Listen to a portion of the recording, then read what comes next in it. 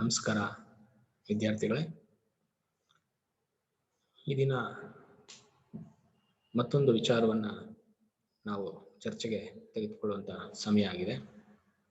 ಇವತ್ತು ನಾವು characteristics of business ethics ಅನ್ನುವಂಥ ವಿಚಾರವನ್ನು ಮಾತಾಡೋಣ. ಅಂದರೆ ವ್ಯವಹಾರದ ನೈತಿಕತೆ ಅನ್ನುವಂಥ ವಿಷಯದ ಲಕ್ಷಣಗಳ ಬಗ್ಗೆ ಮಾತಾಡ್ತಾ ಹೋಗೋಣ. ಸೊ ವ್ಯವಹಾರದ ನೈತಿಕತೆ ಅನ್ನುವಂಥದ್ದು ಮೊದಲನೇದಾಗಿ ಅದು ಒಂದು ತತ್ವಗಳಾಗಿರುತ್ತೆ.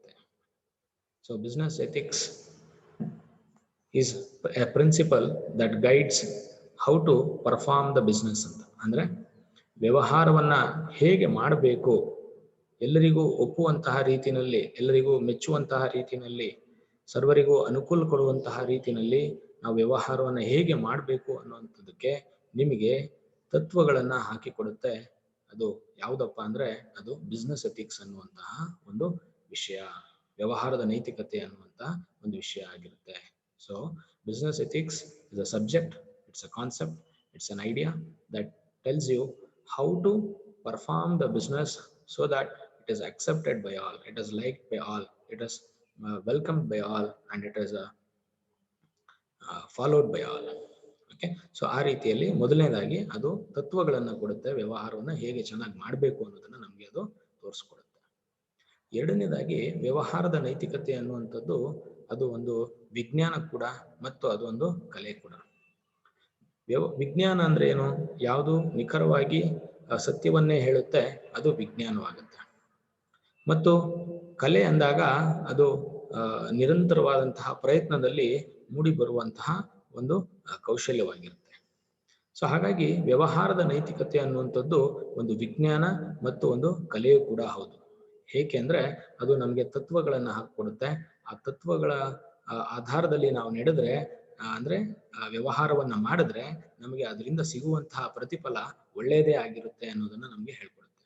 ಅಂದ್ರೆ ನೈತಿಕ ಮಾರ್ಗದಲ್ಲಿ ನಡೆದವರಿಗೆ ಸದಾ ಒಳ್ಳೇದಾಗುತ್ತೆ ಅನ್ನುವಂಥದ್ದು ವ್ಯವಹಾರದ ನೈತಿಕತೆಯ ಒಂದು ಸತ್ಯಾಂಶವಾಗಿರುತ್ತೆ ಅಥವಾ ಒಂದು ತತ್ವವಾಗಿರುತ್ತೆ.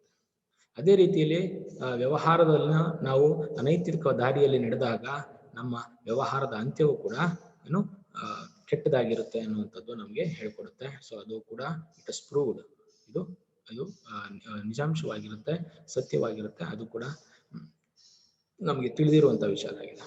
ಮತ್ತೆ ವ್ಯವಹಾರದ ನೈತಿಕತೆ ಅನ್ನುವಂಥದ್ದು ಕಲೆ ಕೂಡ ಹೌದು. ಯಾಕಂದ್ರೆ ಈ ವ್ಯವಹಾರದಲ್ಲಿ ನೈತಿಕತೆಯನ್ನು ಮೂಡಿಸುವಂತಹ ಒಂದು ಚಟುವಟಿಕೆ ಏನಿದೆ ಅದು ಎಲ್ರಿಗೂ ರೂಢಿಸ್ಕೊಳ್ಬೇಕು, ನಿರಂತರವಾಗಿ ಅದನ್ನು ಅಭ್ಯಾಸ ಮಾಡಬೇಕು.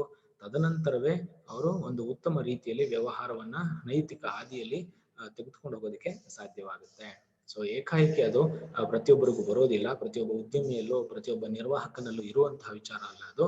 ಸೊ ನಿರಂತರವಾದ ಅಭ್ಯಾಸ, ಕಲಿಕೆ ಮತ್ತು ಅಪ್ಲಿಕೇಶನ್ ನಿಂದ ಮೂಡಿ ಬರುವಂತಹ ಒಂದು ಕಲೆಯಾಗಿರುತ್ತೆ ವ್ಯವಹಾರದ ನೈತಿಕತೆ. ಸೊ ಹಾಗಾಗಿ ವ್ಯವಹಾರದ ನೈತಿಕತೆ ಅನ್ನುವಂಥದ್ದು ಒಂದು ವಿಜ್ಞಾನ ಮತ್ತೊಂದು ಕಲೆ ಕೂಡ ಹೌದು. ಇನ್ನೊಂದು ಲಕ್ಷಣ ವ್ಯವಹಾರದ ನೈತಿಕತೆ ಏನಪ್ಪಾ ಅಂದ್ರೆ ಅದು ನಮಗೆ ಮಾರಲ್ ಸ್ಟ್ಯಾಂಡರ್ಡ್ಸ್ ನ ನಮಗೆ ಹೇಳ್ಕೊಡುತ್ತೆ. ನೈತಿಕ ಗುಣಗಳನ್ನ ನಮಗೆ ತಿಳಿಸ್ಕೊಡುತ್ತೆ. ಮತ್ತೆ ಆ ನೈತಿಕ ಗುಣಗಳು ನಮ್ಮನ್ನ ಏನು ನಿರಂತರವಾಗಿ ಬೆಳೆಯೋದಕ್ಕೆ, ನಿರಂತರವಾಗಿ ನಾವು ಬದಲಾಗೋದಕ್ಕೆ, ಬದಲಾಗೋದಕ್ಕೆ ಅದು ನಮಗೆ ಸಹಾಯಕಾರಿ ಕೂಡ ಆಗಿರ್ತವೆ. ಸೊ ನೈತಿಕ ಹಾದಿಯಲ್ಲಿ ನಾವು ನಡೆದಾಗ ನಮಗೆ ಸದಾಕಾಲ ಒಳ್ಳೆಯದೇ ಆಗುತ್ತೆ ಎನ್ನುವಂಥದ್ದು ವ್ಯವಹಾರದ ನೈತಿಕತೆ ಇನ್ನೊಂದು ಲಕ್ಷಣವಾಗಿರುತ್ತೆ. ಮತ್ತೆ ಈ ವ್ಯವಹಾರದ ನೈತಿಕತೆಯ ಮತ್ತೊಂದು ಲಕ್ಷಣ ಏನಪ್ಪಾ ಅಂದ್ರೆ ಇದು ಮೂಲತಃ ಒಂದು ತತ್ವಶಾಸ್ತ್ರದ ಆಧಾರದ ಮೇಲೆ ಮೂಡಿರುವಂತಹ ಒಂದು ವಿಚಾರವಾಗಿರುತ್ತೆ. ಸೊ ಇದು ಮಾನವ ಸಹಬಾಳ್ವೆ, ಮಾನವ ಸಹಬೆಳವಣಿಗೆ ಮತ್ತು ಮಾನವ ಅಭಿವೃದ್ಧಿಯ ಪೂರಕವಾದಂತಹ ಒಂದು ತತ್ವಶಾಸ್ತ್ರ ಆಗಿರುತ್ತೆ. ಸೊ ಈ ಮೂಲ ಅಂಶಗಳನ್ನು ಇಟ್ಕೊಂಡು ಹೇಳುವಂತಹ ಒಂದು ತತ್ವಶಾಸ್ತ್ರವೇ ವ್ಯವಹಾರದ ನೈತಿಕತೆ ಆಗಿರುತ್ತೆ. ಸೊ ಮಾನವ ಬೆಳವಣಿಗೆ, ಮಾನವ ಅಭಿವೃದ್ಧಿ, ಮಾನವ ಸಹಬಾಳ್ವೆಗೆ ಪೂರಕವಾಗಿ ವ್ಯವಹಾರವನ್ನ ಹೇಗೆ ಮಾಡ್ಕೊಂಡು ಹೋಗ್ಬೇಕು ಅನ್ನೋದನ್ನ ನಮಗೆ ವ್ಯವಹಾರದ ನೈತಿಕತೆ ತಿಳಿಸ್ಕೊಡುತ್ತೆ. ಇದು ತತ್ವಶಾಸ್ತ್ರದ ಆಧಾರದ ಮೇಲೆ ನಿಂತ ಒಂದು ವಿಚಾರವಾಗಿರುತ್ತೆ. ಮತ್ತೊಂದು ಲಕ್ಷಣ ವ್ಯವಹಾರದ ನೈತಿಕತೆ ಏನಪ್ಪಾ ಅಂದ್ರೆ ಇದು it is based on reality and social customs prevailing in the business environment. ಅಂದ್ರೆ ವ್ಯವಹಾರ ಕ್ಷೇತ್ರದಲ್ಲಿ ವ್ಯವಹಾರದ ಒಂದು ವಾತಾವರಣದಲ್ಲಿ ನಮಗೆ ಏನು ಒಂದು ಸಾಮಾಜಿಕ ಕಟ್ಟುಪಾಡುಗಳು ನಿರ್ಮಾಣ ಆಗಿದ್ದಾವೆ, ವ್ಯವಹಾರವನ್ನು ಹೇಗೆ ನಡೆಸ್ಕೊಂಡು ಹೋಗ್ತಾ ಇದ್ದಾರೆ, ಅದರ ಆಧಾರದ ಮೇಲೆ ನಾವು ನಿಂತಿರುವಂತಹ ಒಂದು ವಿಷಯ ಬಿಸ್ನೆಸ್ ಎಥಿಕ್ಸ್ ಆಗಿರುತ್ತೆ. ನಿಮ್ಗೆಲ್ಲ ಗೊತ್ತಿದೆ, ನಮಗೆ ಸೋಷಿಯಲ್ ಕಸ್ಟಮ್ಸ್ ಹೇಗೆ ಉಟ್ಕೊಳ್ತವೆ ಅನ್ನೋದು ನಿಮ್ಗೆ ಗೊತ್ತಿರುತ್ತೆ. ಸೊ ಪ್ರತಿಯೊಬ್ಬರು ಕೂಡ ವ್ಯವಹಾರದಲ್ಲಿ ಮೋಸವನ್ನೇ ಮಾಡ್ತಾ ಇದ್ರೆ ಒಳ್ಳೆ ಕೆಲಸವನ್ನ ಮಾಡುವಂತದಕ್ಕೆ ಬಿಡೋದಿಲ್ಲ. ಹಾಗಾಗಿ ಅವನು ಕೂಡ ಅನೈತಿಕ ದಾರಿಗೆ ಕರ್ಕೊಂಡು ಹೋಗುವಂತ ಪ್ರಯತ್ನವನ್ನ ಮಾಡ್ತಾರೆ. ಅದೇ ರೀತಿಯಲ್ಲಿ ಎಲ್ಲರೂ ಕೂಡ ಸತ್ಯದ ಹಾದಿಯಲ್ಲಿ ಮತ್ತು ನೈತಿಕತೆಯ ಹಾದಿಯಲ್ಲಿ ನಡೀತಾ ಇದ್ದಾರೆ ಎಂದಾಗ ಯಾವುದೇ ಒಬ್ಬ ಉದ್ಯಮಿ ಅಥವಾ ವ್ಯಾಪಾರಿ ಕೂಡ ಅವನು ಅನೈತಿಕ ಹಾದಿಯನ್ನು ತುಳಿಯೋದಕ್ಕೆ ಭಯ ಪಡ್ತಾನೆ. ಯಾಕಂದ್ರೆ ಪ್ರತಿಯೊಬ್ಬರು ಒಳ್ಳೆಯ ದಾರಿ ಹಿಡಿದಾಗ ನಾನು ಕೂಡ ಅದೇ ದಾರಿಯಲ್ಲಿ ಸಾಗಬೇಕು, ನನ್ನ ವ್ಯವಹಾರವನ್ನು ಅದೇ ರೀತಿಯಲ್ಲಿ ಬೆಳೆಸಬೇಕು ಅನ್ನುವಂಥ ನಿಟ್ಟಿನಲ್ಲಿ ಯೋಚನೆ ಮಾಡ್ತಾನೆ. ಸೊ ಹಾಗಾಗಿ ಸಮಾಜದ ಒಂದು ಒಟ್ಟು ಪರಿಸ್ಥಿತಿಯು ಕೂಡ ನಮ್ಮ ವ್ಯವಹಾರದ ನೈತಿಕತೆಯ ಮೇಲೆ ಪ್ರಭಾವವನ್ನ ಬೀರುತ್ತೆ ಅನ್ನೋದನ್ನ ನಾವು ತಿಳ್ಕೊಳ್ಬೇಕಾಗತ್ತೆ. ಮತ್ತು ಇನ್ನೊಂದು ವಿಚಾರ ಏನಪ್ಪಾ ಅಂದ್ರೆ, business ethics is applicable all over the world.